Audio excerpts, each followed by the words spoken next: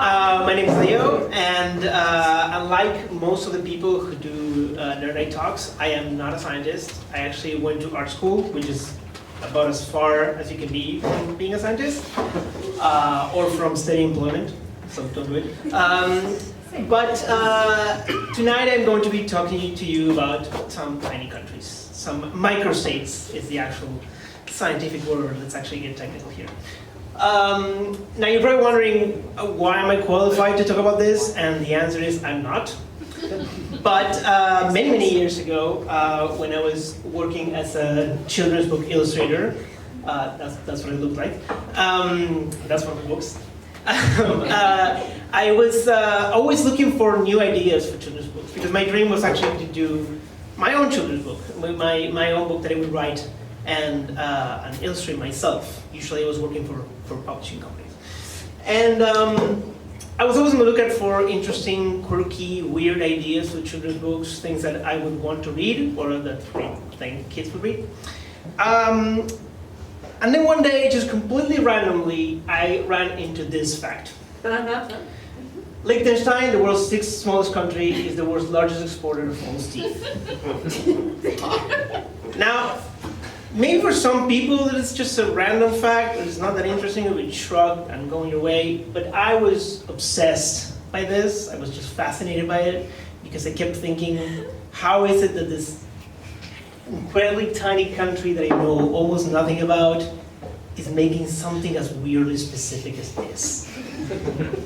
And I started looking into these other countries and other examples of places similar to this, of microstates, and I immediately thought, this is a children's book.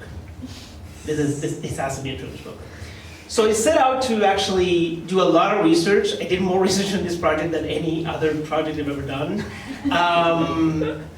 Spoiler, the book did not get published, so it's really that's completely pointless, but it was actually a really interesting experience. I got to learn a lot, I got to look through a lot of books, get a lot of information, I contacted embassies, and I met a lot of really interesting people, sometimes from these countries, sometimes people who knew about these countries.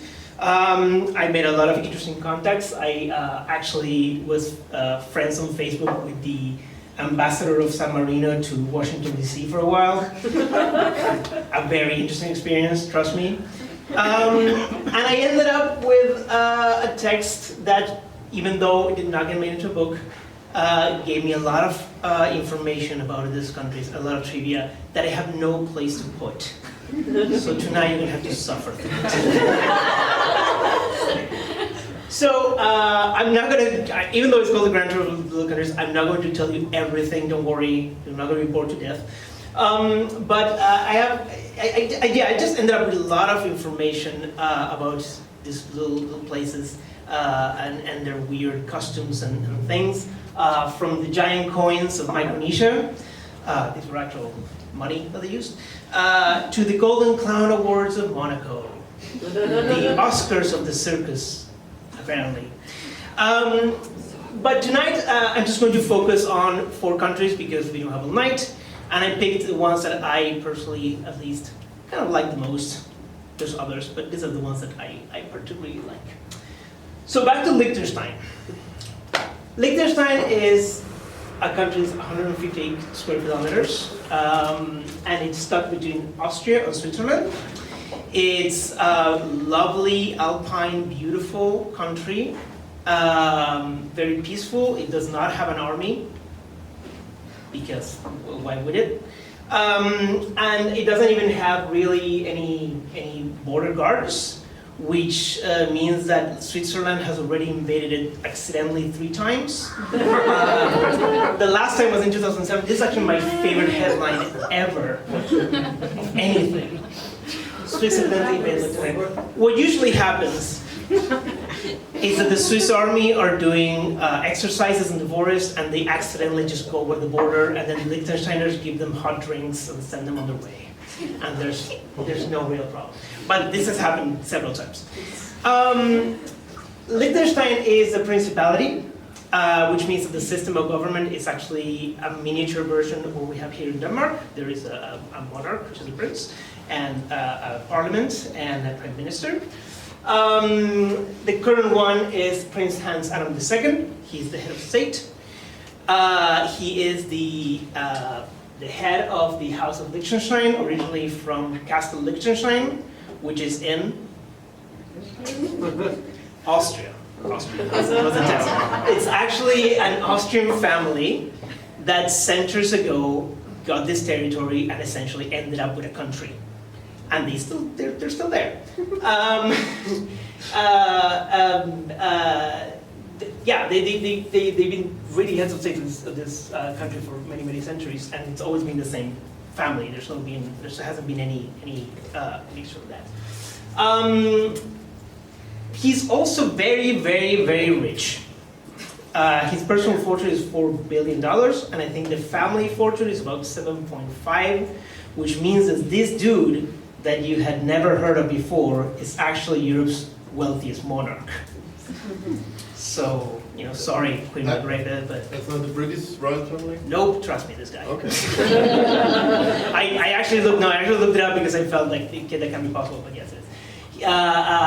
Yes, he is Europe's wealthiest monarch. He's very, very, very wealthy.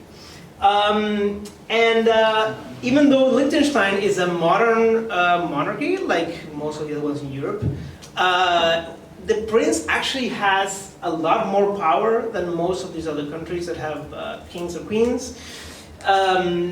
Some people even say it's the last remaining absolute monarchy, which I think is a bit much. But it is true that he has power to veto any law that he doesn't like. He can intervene in government. He can dissolve the governments that he doesn't like. So he does have way more power than a lot of other monarchs of Europe.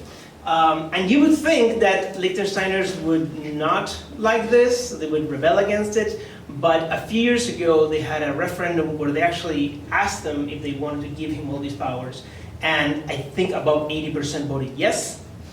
And in case you thought this was a fluke, a few years later they had another referendum saying, are we sure we don't want to take them away?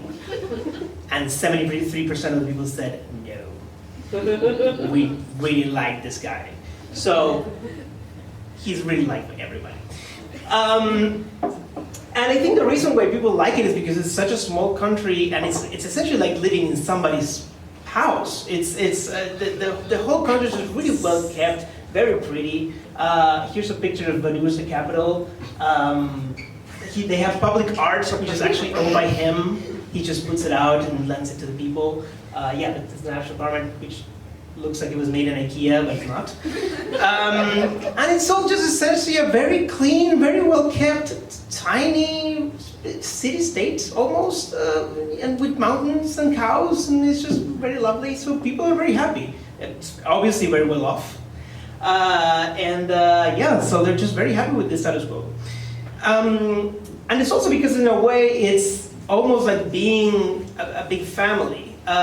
Once a year, every year, on National Liechtenstein Day, which is in the summer, they do a big garden party in the castle, in the princely castle where the princely family lives, and they invite literally everybody in the country. So everybody goes to this garden party, and they have snacks, and they have drinks, they hang out with the prince, they have a beer. Obviously, if you're visiting, you can also go.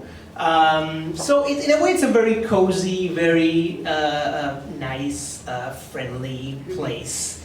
And very peaceful. And actually, I just want to add speaking of peaceful, I just want to add my favorite Liechtenstein anecdote, which I did not include in the book because I did not have enough evidence that it actually, I didn't have enough evidence that actually occurred. I didn't have the historical fact, but I just love it so much. The story was that in the late 19th century, Liechtenstein sent an army, when they had an army at the time, sent an army to fight, and they sent 80 people to fight, and 81 came back because they made a friend.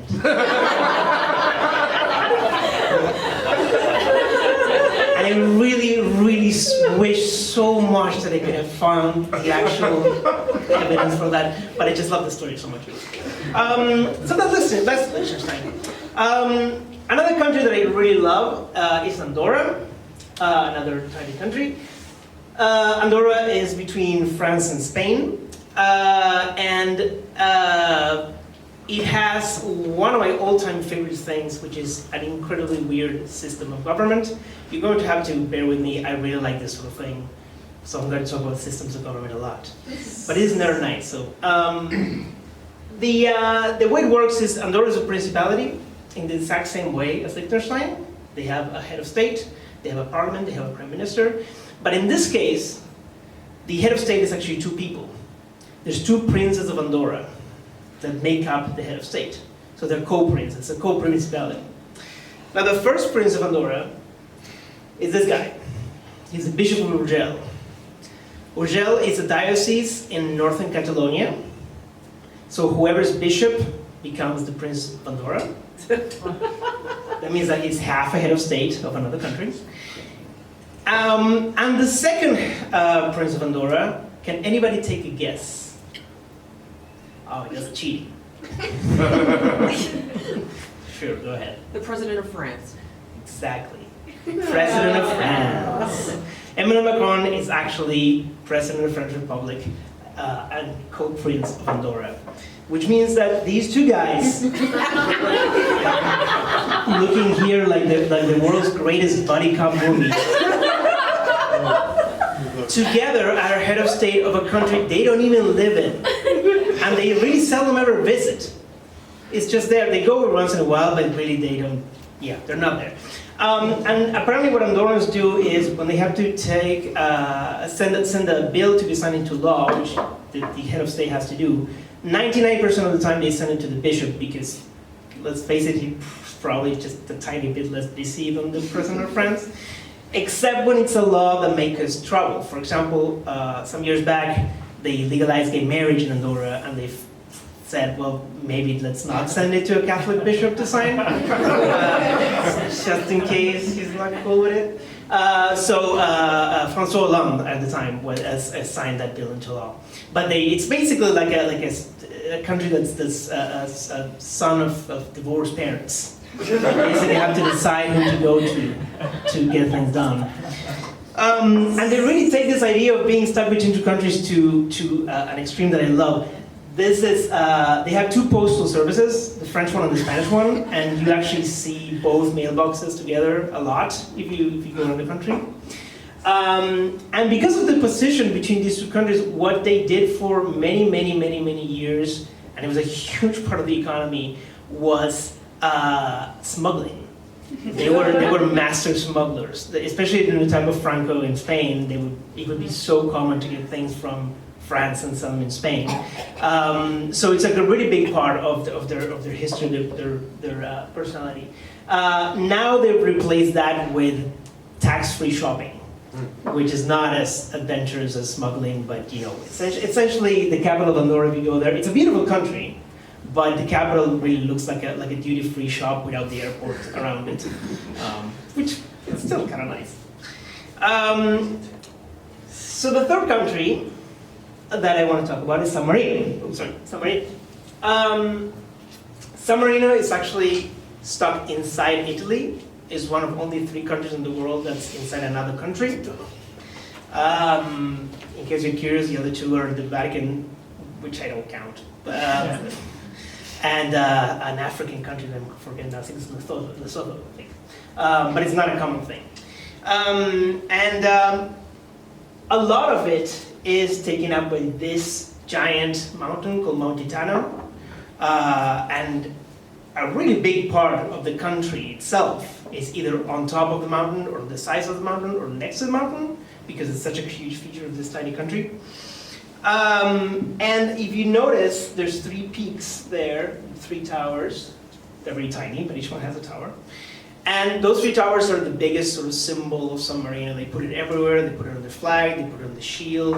They put it everywhere, including in their national dish, the national dessert, which is the 3-tower cake, which you can actually buy online if you're curious. It's a nice wafer cake with Nutella, I think. But it's very much a part of their identity in a way. This symbol.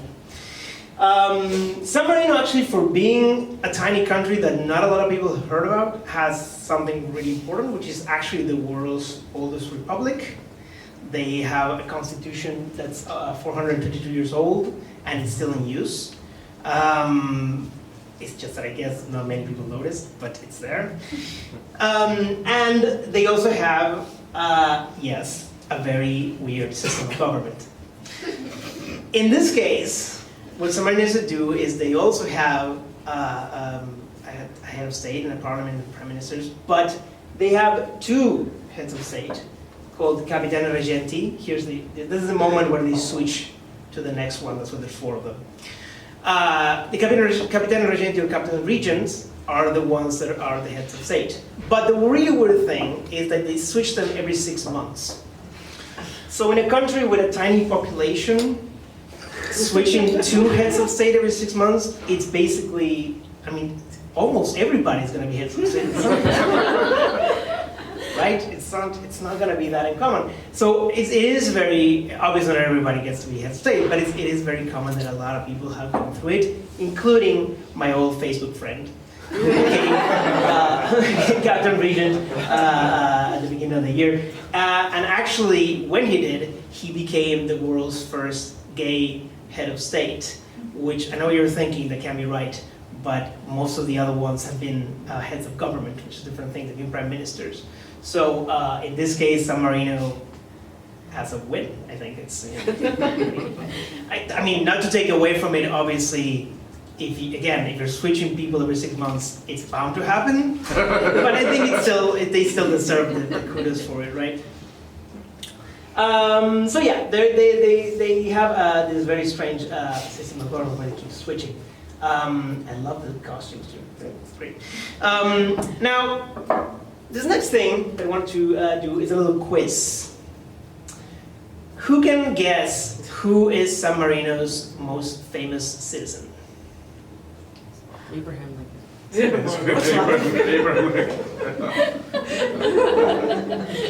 It is actually Abraham. How did he make it to San Marino? So, it was a bit of a trick question. So he was an honorary citizen, but he really was made a citizen of San Marino. What happened is, when he won his second term, the San Marinese government actually sent him a letter saying how much they admire him. And if you read the text, it's really cute because they actually wrote it, the Capitani Reggenti of the time wrote it themselves. So it's in one column is in Italian, the other column is in English, and it's in very broken English because they really wanted to write it themselves, and they really wanted to try it. And they sent it to New York, thinking that was the capital, I guess. So they were really, I mean, they're just really adorable guys. So they sent it up to him and saying how much they admire him and how much they wanted to have a good relationship with the United States. And he actually wrote back. He wrote back a letter saying how honored he was to be made a citizen and thank you so much. And saying that even though their country is very small, he's very honored throughout history. And to the San Marinese, this was just amazing. And so they're essentially the world's biggest Abraham Lincoln fan club. They have statues. They have him on. They have like the text there. It's like, yeah, look at what Abraham Lincoln said of us, guys. We're awesome. So they're very, very proud of it, and they're very proud of their history. And a lot of these countries are, by the way. They're even though they're small, they're as proud as everybody else in their history. And San Marinese are very, very, very, very tied to their history because it's a very old country. And one of the ways they're tied to the history is, I don't know if anybody here is into cosplay or Renaissance fairs, but if you're into that, let me tell you, you have to go to this place. So once a year they have an event called Medieval Days, where literally everybody dresses up as in the Renaissance, and they do all these events and jousts and things and play music, and it's basically like reliving the past for a few days. And it's great. It's quite lovely. If you look it up on the internet, they do a lot of different things. And one of the people who actually participate in that are these guys. Now these are the San Marinese Crossbow Corps. Now, they are actually just a traditional sort of representative part of the armed forces, but for many, many, many years they were actually a serious part of the armed forces. And they only stopped being a serious part of the armed forces in the 20th century. So up until the 20th century, these guys were the elite core of submarine. These guys were really good with crossbows.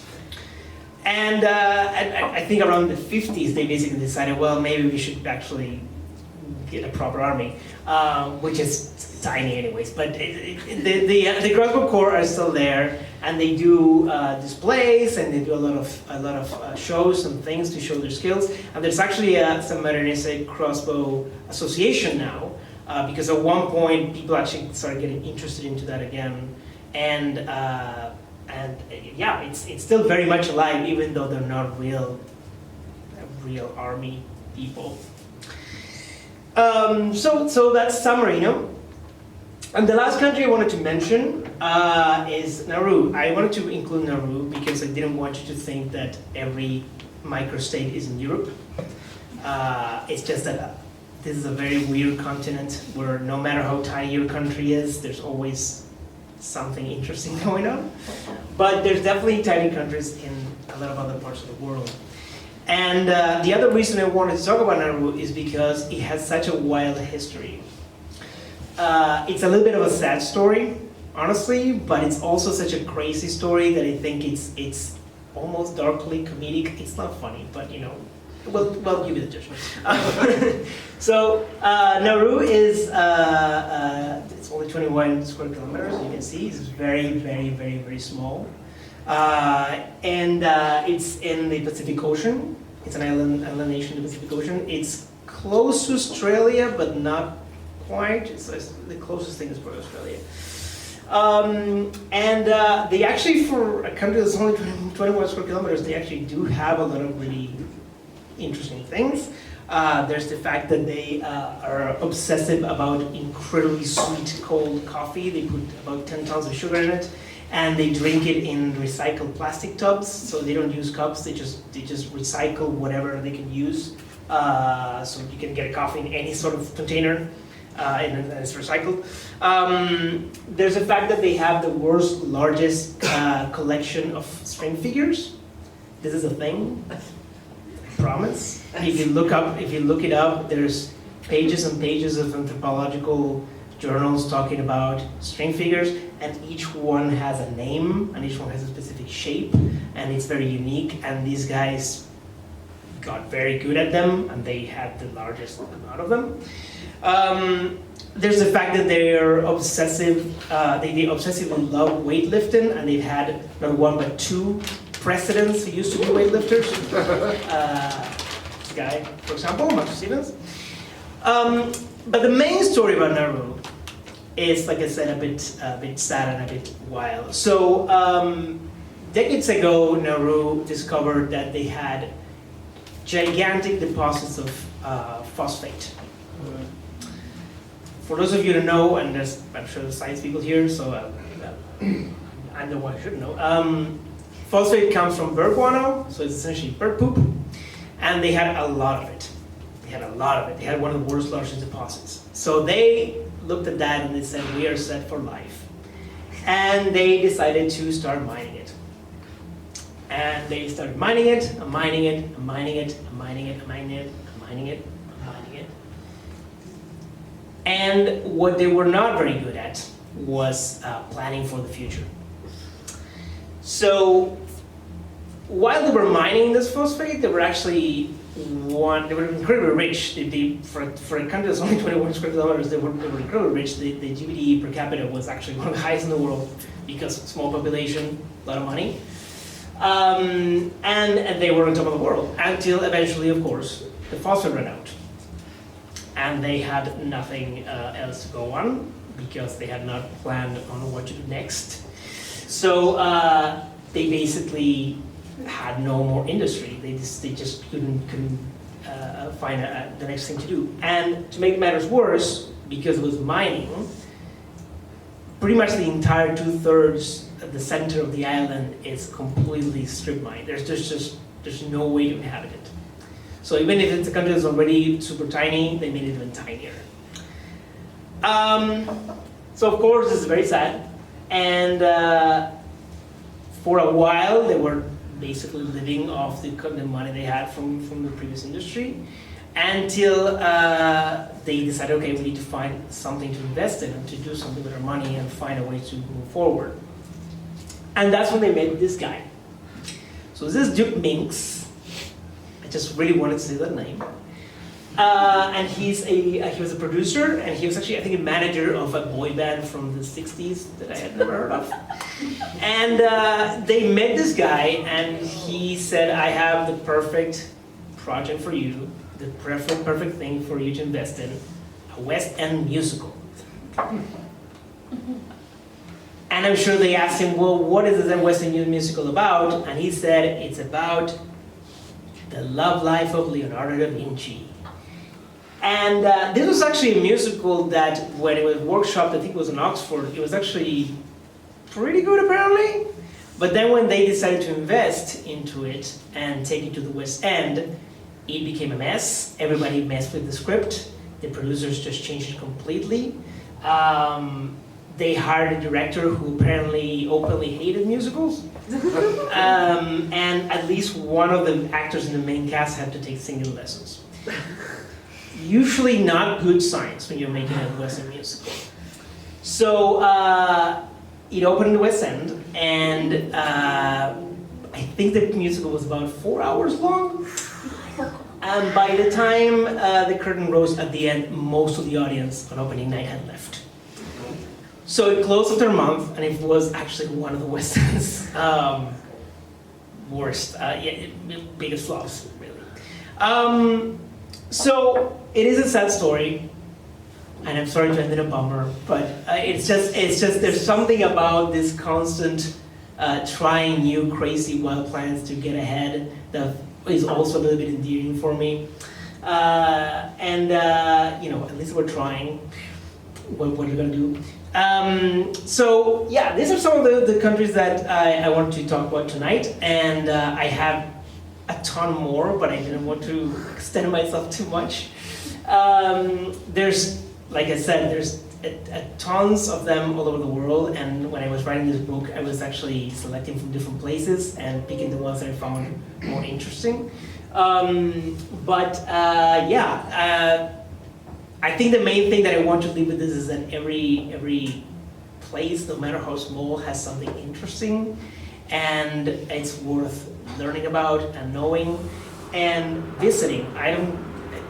Just to leave you with this, they're head-to-head, but San Marino and Liechtenstein are the two least visited countries in Europe.